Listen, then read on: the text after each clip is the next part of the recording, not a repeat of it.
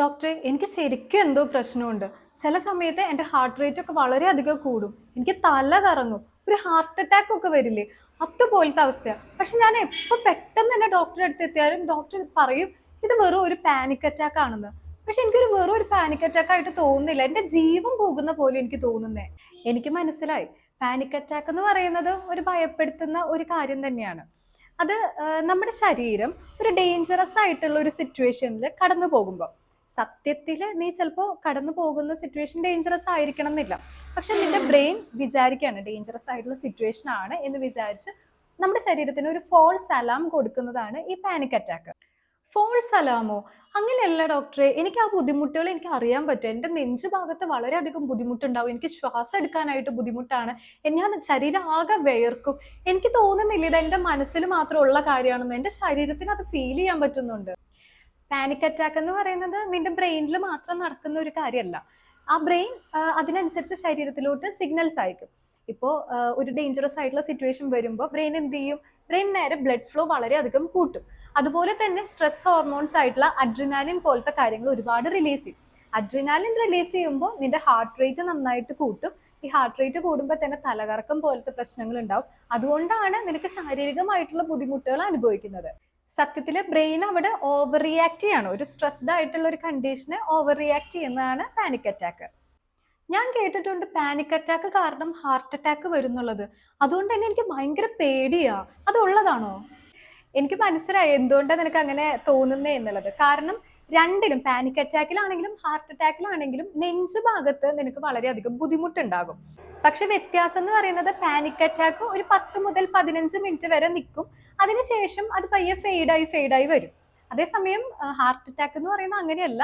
സമയം കഴിയും തോറും അത് വേഴ്സൺ ആയിട്ട് വരും കേട്ടോ. പിന്നെ ഞാൻ വേറൊരു കാര്യം കൂടി കണ്ടിട്ടുണ്ട്. ഒരു പ്രാവശ്യം പാനിക് അറ്റാക്ക് വന്നു കഴിഞ്ഞാൽ പിന്നെ നമുക്ക് എപ്പോഴും വന്നുകൊണ്ടിരിക്കും. ഒരു ലൈഫ് ലോങ് നമുക്ക് ഇതിന്റെ ബുദ്ധിമുട്ടുണ്ടാകും ഇത്രേ. എല്ലാവർക്കും പാനിക് അറ്റാക്ക് വരണം എന്നില്ല കേട്ടോ. ഇനി വന്നവർക്കാണെങ്കിലും ചില ആൾക്കാർക്ക് 1-2 പ്രാവശ്യം പാനിക് അറ്റാക്ക് വന്നിട്ട് പിന്നെ ഒരിക്കലും വരാത്ത കണ്ടീഷൻ ഉണ്ട്. പക്ഷെ തുടർച്ചയായിട്ട് പാനിക് അറ്റാക്ക് വരുവാണെങ്കിൽ നമ്മൾ അതിനെ പാനിക് ഡിസോർഡർ എന്നാണ് പറയുക. എല്ലാവർക്കും ലൈഫ് ലോങ് പാനിക് അറ്റാക്ക് വരണം എന്നില്ല കേട്ടോ. എന്തുകൊണ്ടാണ് ഇത് വരുന്നത്? ലാസ്റ്റ് ടൈം വന്നപ്പോൾ ഞാൻ അങ്ങനെ ഒരു സ്ട്രെസ്ഡ് ആയിട്ടുള്ള ഒരു സിറ്റുവേഷനിലൊന്നും ആയിരുന്നില്ല. പാനിക് അറ്റാക്ക് വരുന്നതിന്റെ മെയിൻ റീസൺ സ്ട്രെസ്സും അതുപോലെ തന്നെ ആൻസൈറ്റിയാണ്. ഇപ്പൊ നീ പറഞ്ഞ പോലെ നീ ആ സമയത്ത് ഒട്ടും സ്ട്രെസ്ഡ് അല്ലായിരുന്നു എന്ന് പറഞ്ഞില്ലേ. പലപ്പോഴും കുറച്ച് ആൾക്കാർക്കൊക്കെ ജനറ്റിക് ആയിട്ട് ഇത് കിട്ടാം ചാൻസ് കുറച്ച് ഉണ്ട്. അതായത് അടുത്ത ഫാമിലി മെമ്പേഴ്സിൽ ആർക്കെങ്കിലും ഉണ്ടെങ്കിൽ നമുക്ക് കിട്ടാനായിട്ടുള്ള ചെറിയൊരു തോതിൽ ചാൻസ് ഉണ്ട്. അതുപോലെ തന്നെ GERD പ്രശ്നങ്ങൾ, ഗ്യാസ്ട്രോ ഈസോഫേഗൽ റിഫ്ലക്സ് ഡിസീസ് ഉള്ളവർക്ക് ഇതിന്റെ പാനിക് അറ്റാക്ക് പോലെ തന്നെ ചില സമയത്ത് കാണിക്കാം. അതും കുറച്ച് പേർക്കേ ഉള്ളൂ കേട്ടോ. പിന്നെ നമ്മൾ കഴിക്കുന്ന ഭക്ഷണത്തിൽ വിറ്റമിൻ B12 ഒരുപാട് കുറവാണെങ്കിൽ, ഡെഫിഷ്യൻസി രീതിയിലോട്ട് പോകുവാണെങ്കിലും ഇങ്ങനെ സംഭവിക്കാം. പിന്നെ വേറൊരു റീസൺ ആണ് കഫെയിൻ ഒരുപാട് എടുക്കുന്നുണ്ട്. അപ്പോൾ കഫെയിൻ്റെ ഓവർ സ്റ്റിമുലേഷൻ കാരണം നമുക്ക് ഈ ഒരു ലക്ഷണങ്ങൾ കാണിക്കാം. GERD വിറ്റമിൻ ഡെഫിഷ്യൻസിയും ഇതൊക്കെ അറിയുന്നേ ഉണ്ടായില്ല. പക്ഷെ ഇനി ഒരു പ്രാവശ്യം വന്നു കഴിഞ്ഞാൽ ഞാൻ എന്താ ചെയ്യുക? നമുക്ക് ഏറ്റവും നല്ലൊരു മാർഗം എന്ന് പറയുന്നത് ബ്രെയിനിനെ അതിൽ നിന്ന് ആ ഒരു ശ്രദ്ധ മാറ്റുക എന്നുള്ളതാണ്. നമുക്ക് ബോക്സ് ബ്രീത്തിങ്, അതായത് ഒരു ചെറിയൊരു കവർ കാര്യങ്ങളൊക്കെ ഇല്ല, അതിൽ നമുക്ക് ബ്രീത്ത് ചെയ്യാനായിട്ട് ശ്രമിക്കുക. അപ്പോൾ ഇൻഹെയിലും എക്സെയിലും കാര്യങ്ങളും ഹോൾഡ് ചെയ്യാനായിട്ട് ശ്രമിക്കുക. അത് കണ്ടിന്യൂസ് ആയിട്ട് കുറച്ച് നേരം ചെയ്തുകൊണ്ടിരിക്കുക. അപ്പം നമുക്ക് ബ്രെയിനിൽ നിന്ന് ആ ഒരു ശ്രദ്ധ മാറ്റാനായിട്ട് നമുക്ക് സാധിക്കും. പിന്നെ തലകറക്കം പോലത്തെ ഒരു കണ്ടീഷൻ സ്റ്റാർട്ട് ചെയ്യുമ്പോൾ തന്നെ തണുത്ത വെള്ളമോ അല്ലെങ്കിൽ ഐസ് ക്യൂബോ കാര്യങ്ങളോ ഒക്കെ ഒന്ന് നമ്മുടെ മുഖത്ത് തെളിക്കാനായിട്ട് നോക്കുക. ഈ കാര്യമാണെങ്കിൽ നമുക്ക് ശ്രദ്ധ മാറ്റാൻ പറ്റും.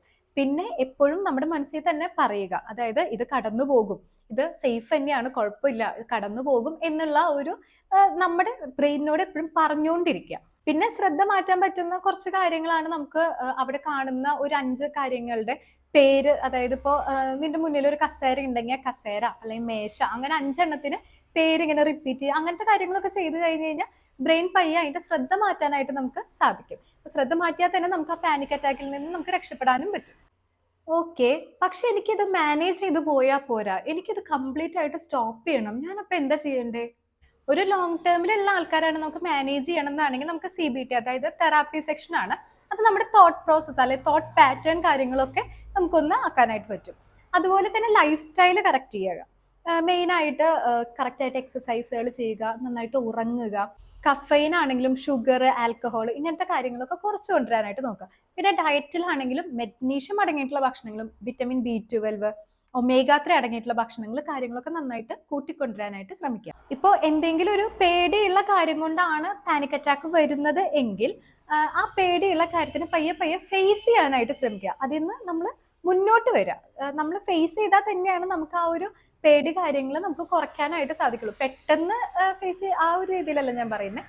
പയ്യെ പയ്യെ നമ്മൾ പ്രിപ്പയർ ആയി തയ്യാറെടുത്ത് ഫേസ് ചെയ്ത് വരിക. നമ്മൾ എത്രത്തോളം പാനിക് അറ്റാക്കിനെ പറ്റിയിട്ട് മനസ്സിലാക്കുന്ന അത്രത്തോളം നമുക്ക് അതിൽ നിന്ന് മുന്നോട്ട് വരാനായിട്ട് സാധിക്കും. ഇപ്പൊ നിനക്ക് മനസ്സിലായല്ലോ, ഒരുപാട് കാരണങ്ങൾ ഉണ്ട് വരാനായിട്ട്.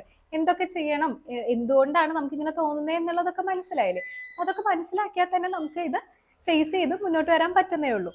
പിന്നെ എപ്പോഴും സ്ട്രോങ് ആയിട്ടിരിക്കുക, കോൺഫിഡൻ്റ് ആയിട്ടിരിക്കുക. അങ്ങനത്തെ ഒരു സിറ്റുവേഷൻ വന്നാലും എനിക്കിത് തരണം ചെയ്യാൻ പറ്റും എന്നുള്ളൊരു മെൻറ്റാലിറ്റി ആക്കുക. ഇതെപ്പോഴും ഒരു ടെമ്പററി ആയിട്ടുള്ള ഒരു കാര്യമാണ്.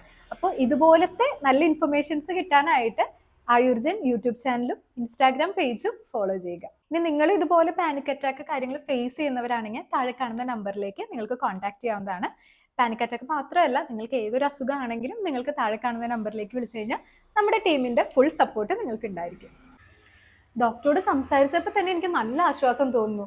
ഞാൻ വിചാരിച്ച എൻ്റെ ലൈഫ് ലോങ് ഞാനിത് അനുഭവിക്കേണ്ടി വരുന്ന, ഇപ്പം എനിക്ക് മനസ്സിലായി ഇത് നമുക്ക് മാനേജ് ചെയ്ത് സ്റ്റോപ്പ് ചെയ്യാനായിട്ടും പറ്റുന്ന ഒരു കാര്യമാണെന്നുള്ളത്. താങ്ക് യു ഡോക്ടറെ.